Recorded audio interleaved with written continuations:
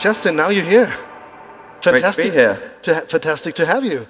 I have a lot that I want to know from you because I'm not too familiar with that topic, and I was researching a lot. But before we get into it, maybe first introduce yourself. So, who are you? What do you do when you're not working?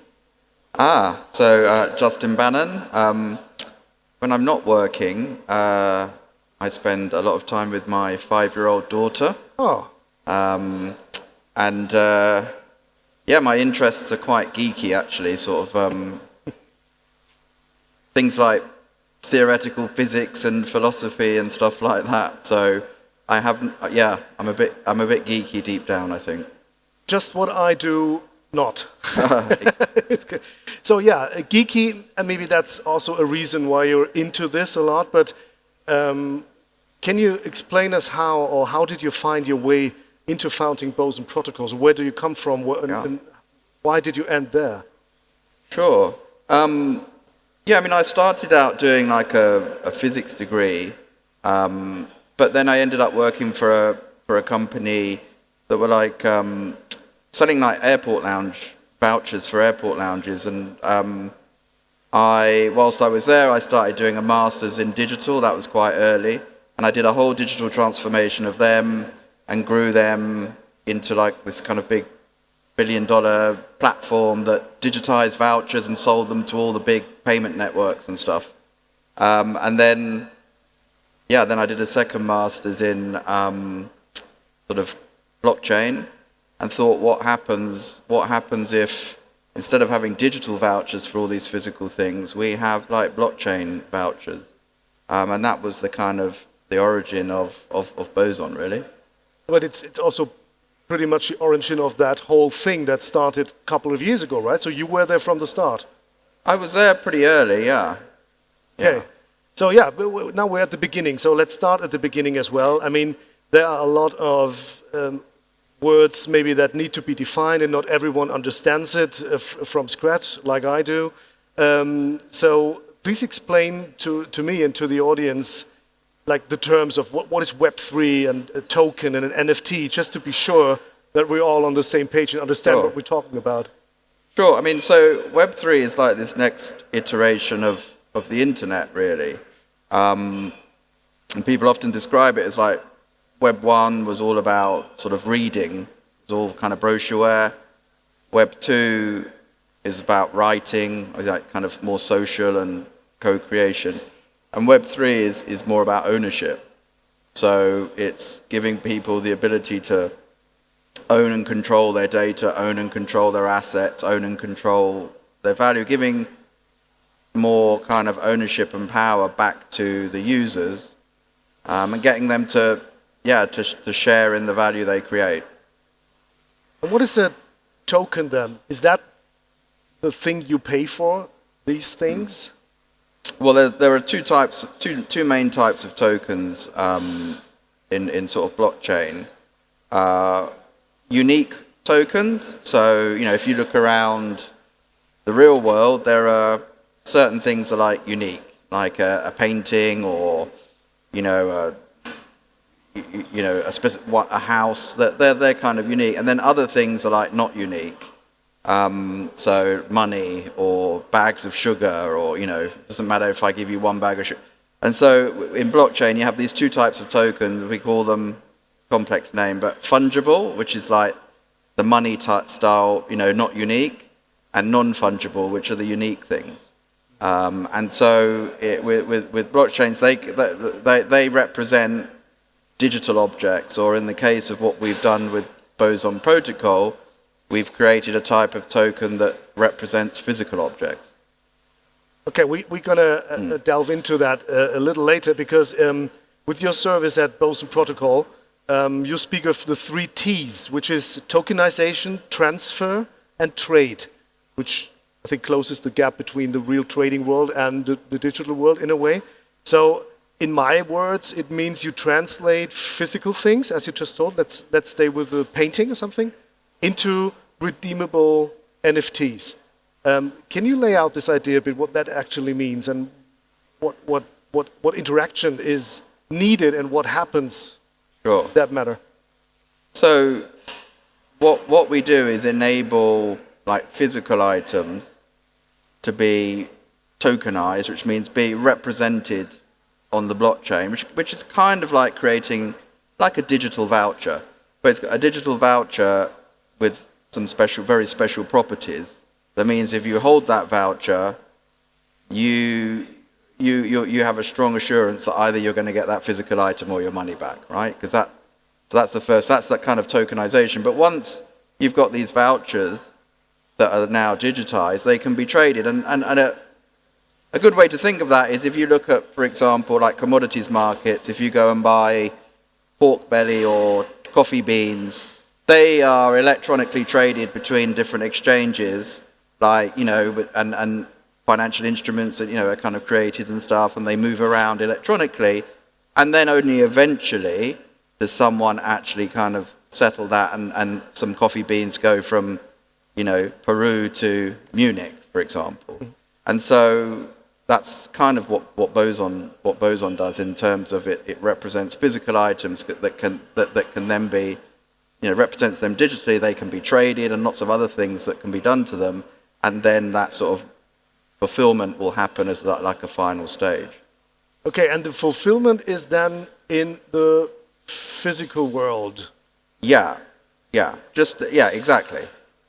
Yeah. Okay, got it. Because I like the word that you use in your white paper, because you call it phygital. Phygital, sorry. So it's physical and digital mixed together to one word. I mean, I thought about it a lot, and I personally consider myself being a relatively modern guy. I was early with the internet, I was early on, and I totally got the idea, as you said, this is reading for free for everyone. This is something that touched me and that really kept me going. And also, of course, Web 2, as you explained it, with having these, with writing or buying stuff and all that, what happened. But now we're talking about the metaverse and that tokenization and the blockchain. And I still don't get the point why I should be there as a private person, and I'm speaking of a consumer as myself. So what is the purpose besides being in a new fancy commerce channel? So what is in for me? Yeah, I mean, I'd probably turn that question on its head, which is, if you look at, like user interfaces or the way we experience things, right? The default, the natural way is like this, sitting here in 3D, in color, in person, immersively, right? Yeah.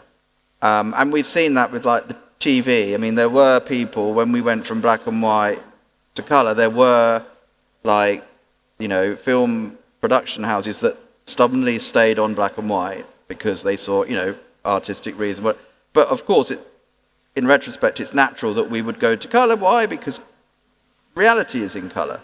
And that same argument applies for the user interface which we experience, like the internet. I think what we're seeing is the digital and physical worlds combining.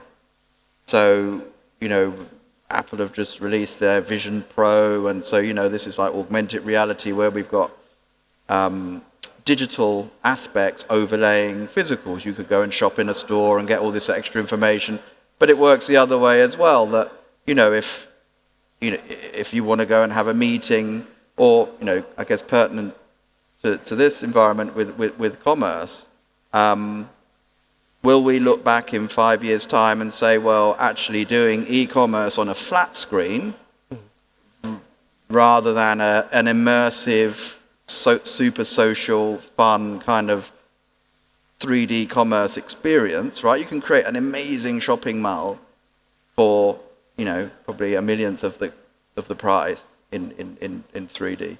Will we look back and say that's quite obvious that, in the same way as black and white was a lower resolution version of color, which is more real, then shopping in 2D on a very, very linear transactional channel, might be seen as less rich, less real than being able to shop immersively in a 3D mall. Yes, but you still you need a device to enter that. So it's still, there is an interface between me as a user and that, let's stay here, that huge 3D shopping mall, which sounds amazing, but I need an interface, and where's that, let's say, that personal touch point? It's still a technical thing. This is where I'm aiming at. Well, I mean, the interface, I mean, Apple have just released one, you've got Facebook's got one, they're there, right? So it's just a question of adoption. I think the personal touch is a really relevant thing as well, in that I think what we're seeing with digital is we're going from mass communication, mass commerce, like, broadcast TV, through to kind of now very, very kind of customized, interactive, and likewise, e-commerce with kind of channels that just ship product at, to, the vision of commerce in the future is that it goes back to being like a market, like a bazaar, where customers are interacted with. You can interact with customers in a more real kind of setting, but you can do that at scale. You combine things like, AI characters that can go and talk to your customers in a virtual environment, offer them this, and give them this whole level of more real, personal, intelligent sort of environment. I mean, it's for me, the argument is not why do we need this technological advancement? It's why wouldn't we just be in a more real environment if it was on option, in the same way as why wouldn't we watch color TV if we had one, Absolutely. So I get this, but to me it sounds that the development or the innovation is way ahead of the reality. And this would be my last question in this matter here, that to me it sounds we're in the ground floor of a skyscraper here, that of opportunities. But what comes next? You said, it's going back to being more of a bazaar and this kind of thing. But what do you really think when you're looking to the future 1, 2, 3 years, because the development is so fast? What would be the next thing that really happens that changes the world, let's say, of commerce for everyone? Well, I mean, I think it's here now. It's just not evenly distributed. I mean, you've got Nike with Nike Crypto Kicks creating digiphysical sneakers, where you had to have this NFT to be able to buy these sneakers. These sneakers have a digital and a physical component. Louis Vuitton this month just launched their kind of trunk, which used tokens and has digital and physical.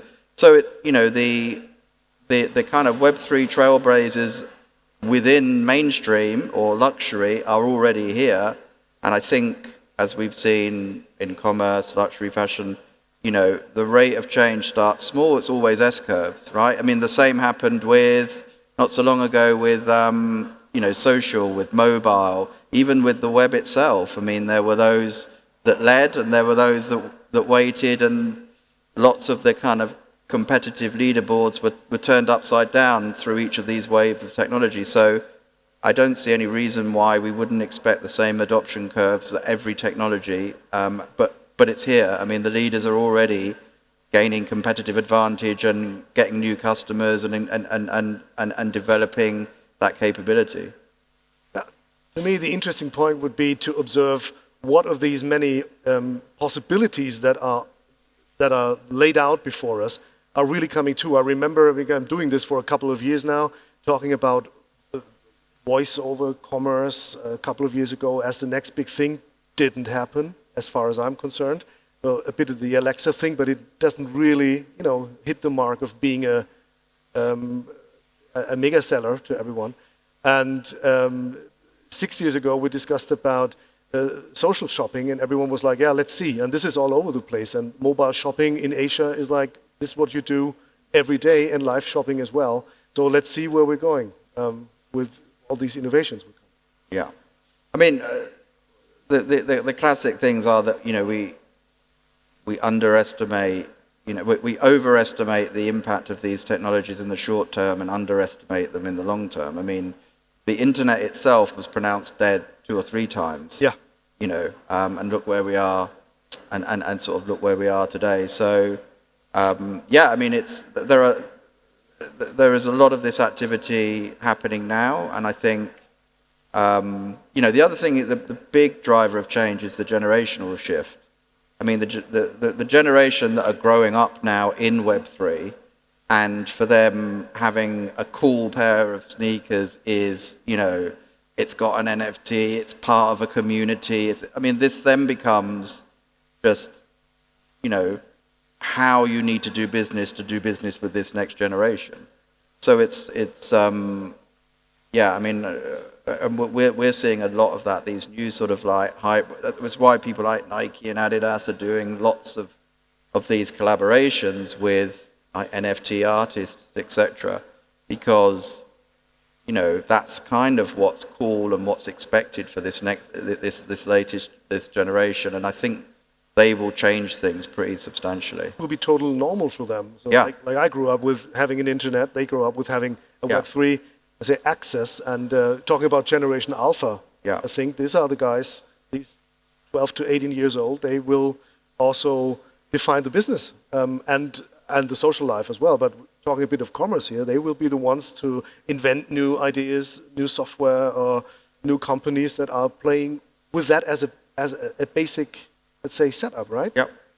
Yeah, and so what we're doing at Boson really is we've created this sort of infrastructure to enable all brands, to be able to play in that space, and we've solved a lot of those major technical problems so that they can do kind of creative things, in that space. Wow. Thanks so far. We're running out of time. I could talk forever, but for the last 2 to 3 minutes, I have something for you, which maybe you saw this morning. It's the ECD questionnaire. And it's really true. He doesn't know what to expect here. And I will cut it down to maybe 4 questions. Okay. And you should try to answer with your gut feeling rather than thinking too much of it. Then afterwards, explaining why, maybe. Okay. You ready for this? Yeah. Okay. First one is an easy one. What's your favorite fast food? Burgers. Why do everyone say burgers with this question? A specific one? McDonald's. I've been doing this, I think, 15 times, and 14 times the answer was McDonald's. Why is this still so? I don't know. It's sort of cheeseburger. Just the cheeseburger with the chips in the bun is, it's really bad. I agree. I agree totally. Okay. What's the one thing you own you should throw out?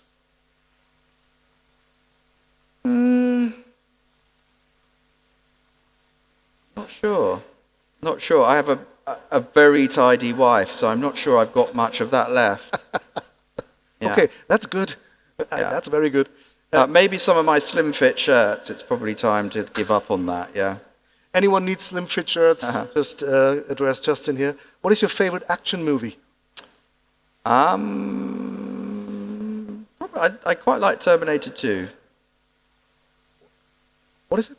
Terminator 2. Terminator 2. Oh yeah, I mean that kind of makes sense, right? With the new technical development and maybe the first iteration of AI in a movie. Yeah. Right with that. Yeah.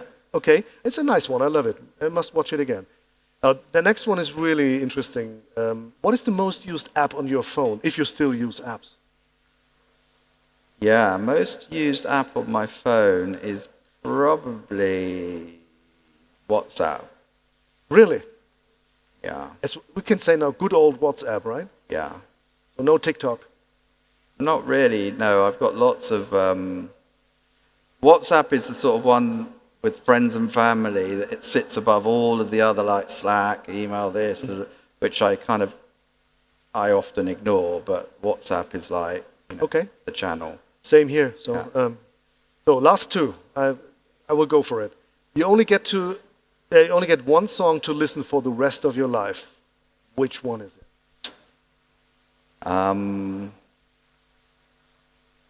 Probably Pink Floyd Echoes. Also, no surprise in a way. Is it a geeky answer, or is it just... I don't know. Is it our age, maybe? I think that's kind of previous generation for me, but it's been my favorite song for a long time, yeah. Fantastic. Yeah. Love it. Last one, and then you're released. Describe your company in 5 words. Innovative, altruistic, deep tech. How many have I got left? 1. That's 1. Novel. Novel. That's a nice one. Justin, thank you so much. It was Pleasure. very eye-opening to me, and see you. Enjoy the rest of your day. Thank you. Thank you.